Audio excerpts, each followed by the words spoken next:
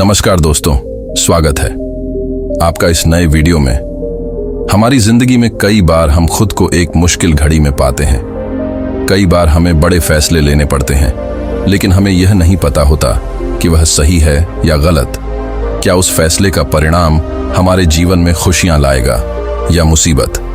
लेकिन कई बार हमारे पास सही निर्णय लेने की सुझाव नहीं होते और हम जल्दबाजी में फैसला कर लेते हैं, और उन फैसलों की वजह से हमारी जिंदगी सुखमय हो सकती है या फिर हमारी जिंदगी नरक से भी बढ़कर हो सकती है। इसलिए सही फैसला लेने की क्षमता हमारे जीवन में सफलता हासिल करने के लिए आवश्यक है। तो चलिए आज की इस बौद्ध कहानी के माध्यम से जानते हैं कि जीवन में सही फैसले कैसे लिए जाएं, और यह भी कि सही निर्णय लेने के तरीका कौन सा है। तो बिना किसी देरी के कहानी शुरू करते हैं। दोस्तों, कई साल पहले की बात है। एक छोटे से राज्य में एक बौद्ध भिक्षु निवास कर रहे थे, जिन्हें सभी जगहों पर उनके ज्ञान के बड़े चर्चे थे। वह बौद्ध भिक्षु बहुत ज्ञानी थे। उनके पास लोग बहुत दूर दूर से आते थे ताकि वे उनसे अपनी समस्याओं का समाधान प्राप्त कर सके। उनके पास कोई भी कैसी भी समस्या लेकर क्यों ना आए, वह समस्या का समाधान अवश्य करते थे। जब भी वह किसी की समस्या सुनते तो उस समस्या को बड़े ही ध्यान से सुनते समझते उसमें लीन हो जाते, और उसके बाद कुछ देर के लिए वह आंखें बंद करते और समस्या के बारे में अच्छे से सोच विचार करते और उसके बाद उसका समाधान देते। ऐसे में कोई भी व्यक्ति उनके बारे में केवल एक ही बात सोचता था, शायद इन महात्मा के पास कोई ऐसी चमत्कारिक शक्तियां हैं जिससे यह समाधान पूछते हैं और उसके बाद हमें वह समाधान बताते हैं।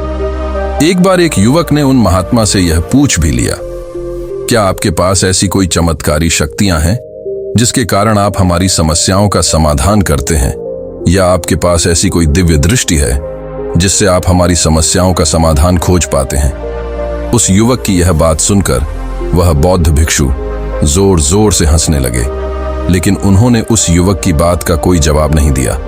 उसके कुछ ही दिनों बाद उस राज्य में एक बड़ी अजीब सी घटना घटी। उस राज्य में एक बुढ़िया औरत रहा करती थी जो अपने पूरे घर में अकेले ही रहती थी। उसका कोई ना था। उस राज्य से होकर 4 मित्र अपने घर की ओर जा रहे थे। वे लोग दूसरे नगर में काम करके पैसा इकट्ठा करके अपने गांव की ओर जा रहे थे। ये बात बहुत पुराने जमाने की है, जब यातायात के साधन नहीं हुआ करते थे, इसीलिए वे लोग पैदल ही यात्रा किया करते थे। इसी कारण वे चारों मित्र अपने अपने धन को इकट्ठा करके अपने गांव की ओर प्रस्थान कर रहे थे। उन चारों ने अपना अपना धन एक छोटी सी पोटली में रखा था, और उसी पोटली में उन सब की सारी कमाई थी।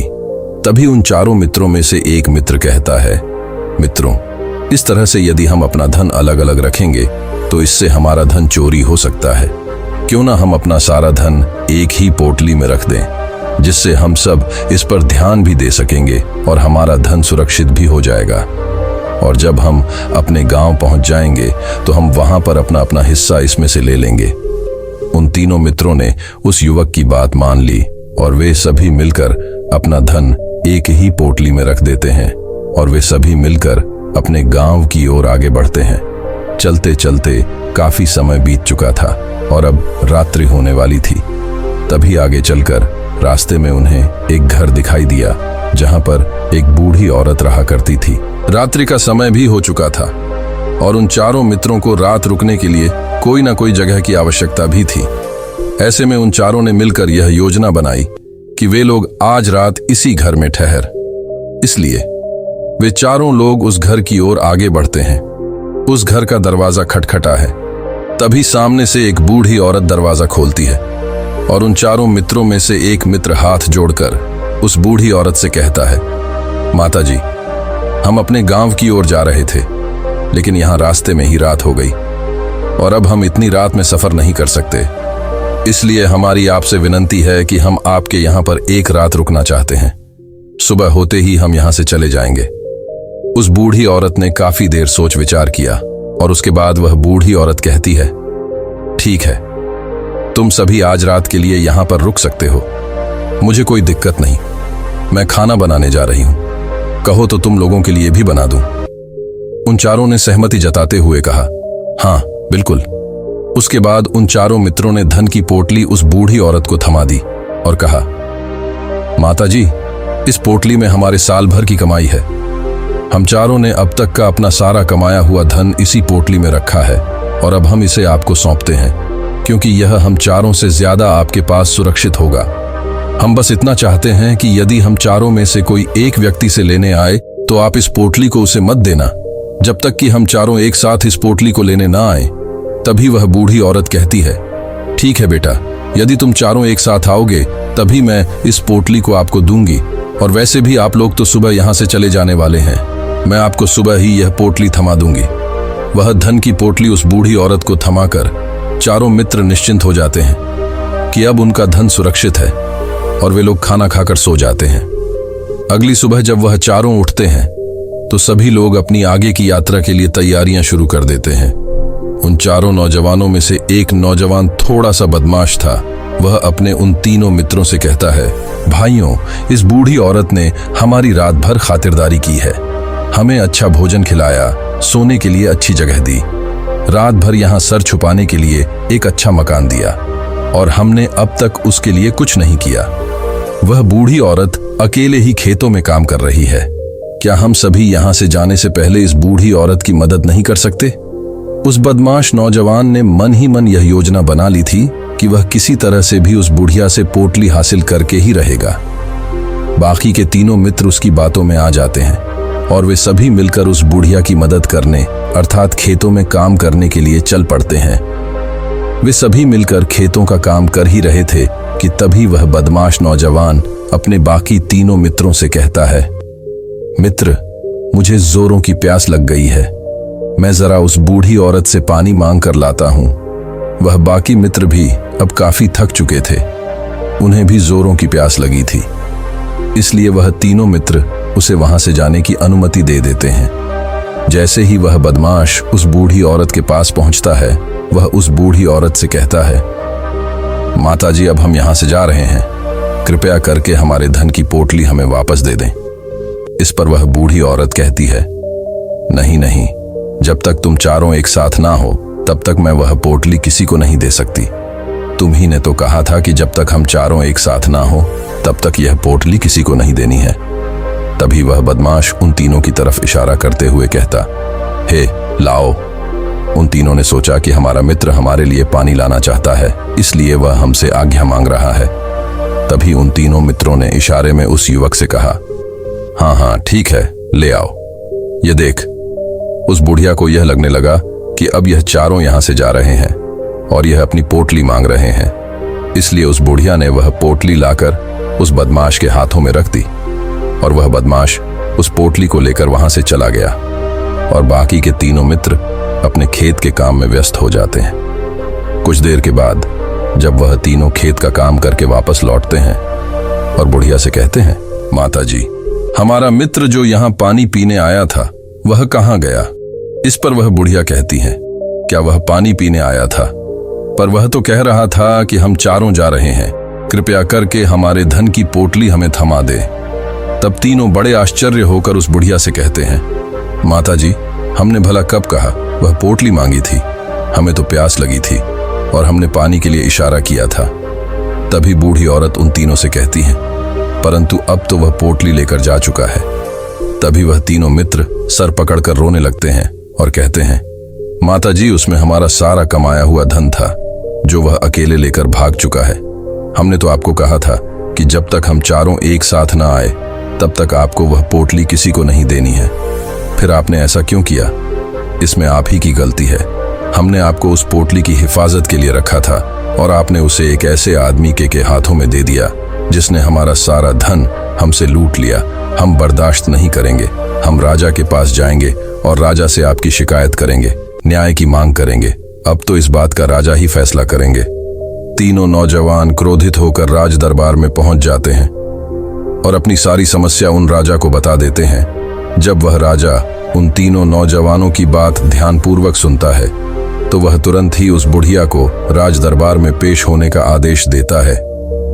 राजा के आदेश पर राजा के सैनिक तुरंत ही उस बूढ़ी औरत को राज दरबार में पेश करते हैं और राजा भरी दरबार उस बूढ़ी औरत को दोषी करार कर देता है और कहता है, तुम्हें वह पोटली उस अकेले व्यक्ति को नहीं देनी चाहिए थी जब उन्होंने तुमसे कहा था कि जब तक वह चारों एक साथ उस पोटली को लेने ना आए तब तक तुम्हें वह धन किसी को नहीं देना चाहिए था।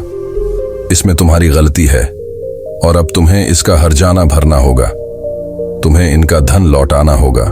राजा का यह आदेश सुनकर बूढ़ी औरत फूट फूट कर रोने लगती है और राजा से मदद की गुहार लगाती है और कहती है, हे राजन, मैं तो एक बूढ़ी औरत हूँ और मेरे पास इतना धन नहीं है और ना ही मेरे घर में कोई ऐसा है जो धन कमाता हो। मेरे पास इतना धन नहीं कि मैं इनका धन लौटा सकूं। मैं तो अकेली हूं, बेसहारा हूं, कृपा करके मुझ पर रहम करें। लेकिन राजा उस बूढ़ी औरत की एक नहीं सुनता।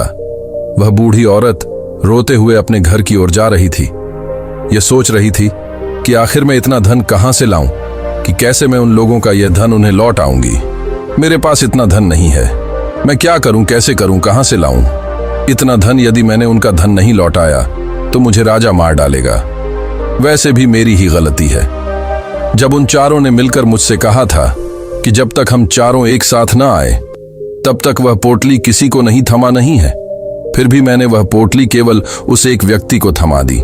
इसमें गलती तो मेरी ही है। वह रोते रोते ये सारी बातें सोचते हुए अपने घर की ओर जा रही थी। तभी रास्ते में उस बूढ़ी औरत को वहीं संत मिले जो उस नगर में किसी भी समस्या का समाधान बड़ी ही सरलता और सहजता से करते हैं। उन्होंने उस बूढ़ी औरत से कहा, क्या बात है बेटी, क्यों रो रही हो? इस पर वह बूढ़ी औरत उस संत को सब कुछ सच सच बता देती है और कहती है, हे महाराज, इसमें गलती तो मेरी ही है। उन चारों ने तो पहले ही कहा था कि जब तक वे चारों एक साथ ना आए तब तक वह पोटली मुझे किसी को नहीं देनी है। लेकिन मेरी मत मारी गई थी जो मैंने वह पोटली केवल एक व्यक्ति को थमा दी और वह उनका सारा धन लेकर वहां से भाग गया। लेकिन अब मुझे यह समझ नहीं आ रहा कि मैं वह सारा धन कहां से लाऊं, कैसे लाऊं। मेरे पास इतना धन नहीं है और राजा ने तो आदेश भी दे दिया है कि मुझे उनका धन लौटाना ही पड़ेगा। लेकिन मैं यह समझ नहीं पा रही कि इतना सारा धन मैं कहां से लाऊंगी। तभी वह संत उस बूढ़ी औरत से कहते हैं, शांत हो जाओ, मैं कोई ना कोई रास्ता जरूर निकाल लूंगा। इतना कहकर वह संत वहीं पर बैठ जाते हैं, ध्यान करने लगते हैं। कुछ देर के लिए आंखें बंद कर सोचते हैं, विचार करते हैं। मौन रहकर वह समस्या का समाधान निकालते हैं और उसके बाद वह उस बूढ़ी औरत से कहते हैं, बेटी, राजा ने किया है वह बिल्कुल गलत है। आपने जो किया इसमें आपकी कोई गलती नहीं है। राजा का फैसला गलत है। उन संत के इतना कहने पर बूढ़ी औरत चुप हो गई और यह सोचने लगी कि आखिर राजा का फैसला कैसे गलत हो सकता है। राजा तो सभी के लिए न्याय ही करते हैं और वह कभी किसी का बुरा नहीं करते। फिर आखिर आज राजा का फैसला कैसे गलत हो गया? उन संत और उस बुढ़िया की बात आसपास के खड़े लोग सभी लोग सुन रहे थे और वे लोग भी बड़े अचरज में थे, क्योंकि राजा का फैसला कैसे गलत हो सकता है। राजा ने तो बिल्कुल सही फैसला लिया है। इस बूढ़ी औरत ने ही गलती की है। उन चारों का धन केवल एक ही को थमा दिया। ऐसे में इस बुढ़िया को उनका धन तो लौटाना ही चाहिए। राजा ने गलत फैसला कहा किया है। तभी वह संत उस बूढ़ी औरत से कहते हैं, जाओ और राज दरबार में कह दो कि हे राजन, आपका फैसला गलत है और सही क्या है, गलत क्या है, इसका फैसला मैं करूंगा। पहले तो बूढ़ी औरत इतनी हिम्मत ही नहीं जुटा पा रही थी कि वह राज दरबार में जाकर भरे राज दरबार में राजा को यह कह सके कि राजन, आपका फैसला गलत है। लेकिन जैसे तैसे उसने हिम्मत जुटाई और वह वापस राज दरबार लौटी। उसने डरते हुए राज दरबार में राजा से बड़ी थर्रा आवाज में कहा, हे राजन, आपने जो फैसला किया है वह फैसला गलत है। इतना कहकर उसने राजा को सारी बात सच सच बता दी। उस बूढ़ी औरत की बात सुनकर राजा बहुत क्रोधित हुआ। राजा ने उस बूढ़ी औरत से कहा, कौन है वह संत जिसने मेरे फैसले को गलत बताया है? क्या उन्हें नहीं लगता कि मैंने सही निर्णय लिया है? मैं हर रोज कई निर्णय लेता हूँ, कई फैसले करता हूँ, लेकिन आज तक कभी किसी ने मुझसे यह नहीं कहा कि मेरा फैसला गलत है। यदि उन संत ने मुझे सही फैसला ना सुनाया, उन्हें फांसी की सजा दे दूंगा। यह बात पूरे नगर में फैल गई।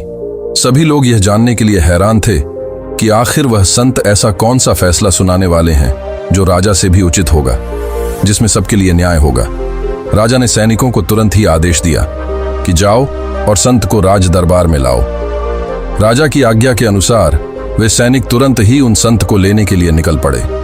वे लोग कुछ ही देर बाद उन संत को लेकर राज दरबार पहुंचे। राज दरबार में सभी लोग उपस्थित थे और सभी लोग उन संत के फैसले का इंतजार कर रहे थे। उन संत को देखकर राजा कहता है, महाराज, आपको ऐसा क्यों लगता है कि हमने जो फैसला किया है वह गलत है? इस बुढ़िया ने यह वादा किया था कि वह चारों लोगों को एक साथ ही वह पोटली देगी, फिर आखिर उसने अपना वादा क्यों तोड़ा? इसने यह गलती क्यों की? इसने केवल एक ही को पोटली थमा दी और वह उनका सारा धन लेकर यहां से भाग गया।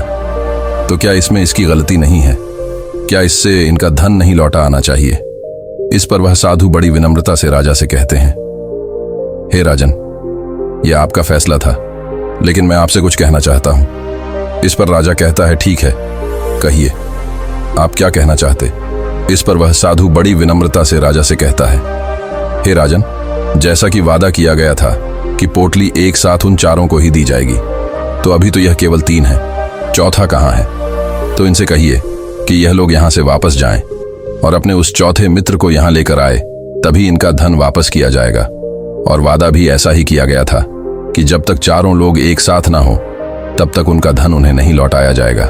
और यदि यह बूढ़ी औरत इन तीनों को धन लौटा देती है तो यह बूढ़ी औरत अपना वादा तोड़ देगी और यह सही नहीं है। इसलिए यदि आप चाहते हैं कि इनका धन लौटाया जाए तो पहले इनसे कहिए कि यह लोग जाएं और अपने उस चौथे मित्र को यहां पर वापस ले आए। उस राज दरबार में हर कोई इस बात को सुनकर बहुत खुश हुआ। सभी ने उन संत की बहुत तारीफ की। राजा भी उन संत के इस फैसले से पूरी तरह से सहमत था।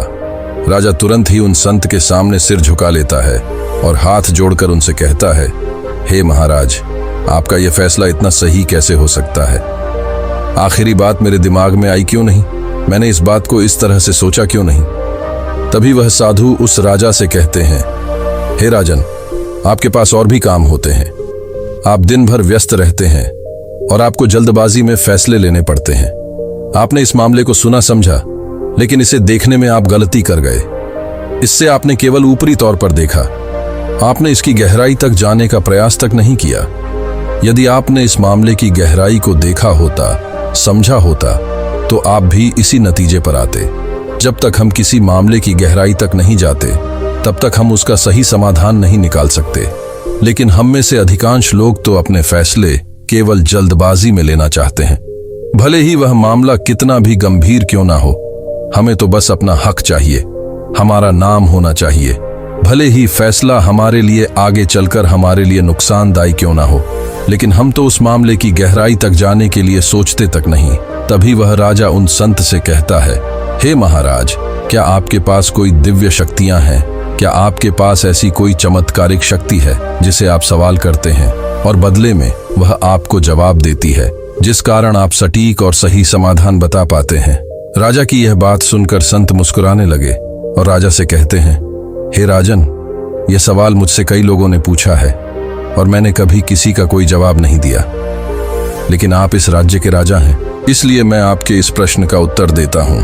आप में से कई लोगों को यहाँ ऐसा लगता है कि मेरे पास कोई ऐसी शक्तियां हैं जिससे मैं बात कर सकता हूँ, जिससे मैं कोई भी समस्या का समाधान पा सकता हूँ।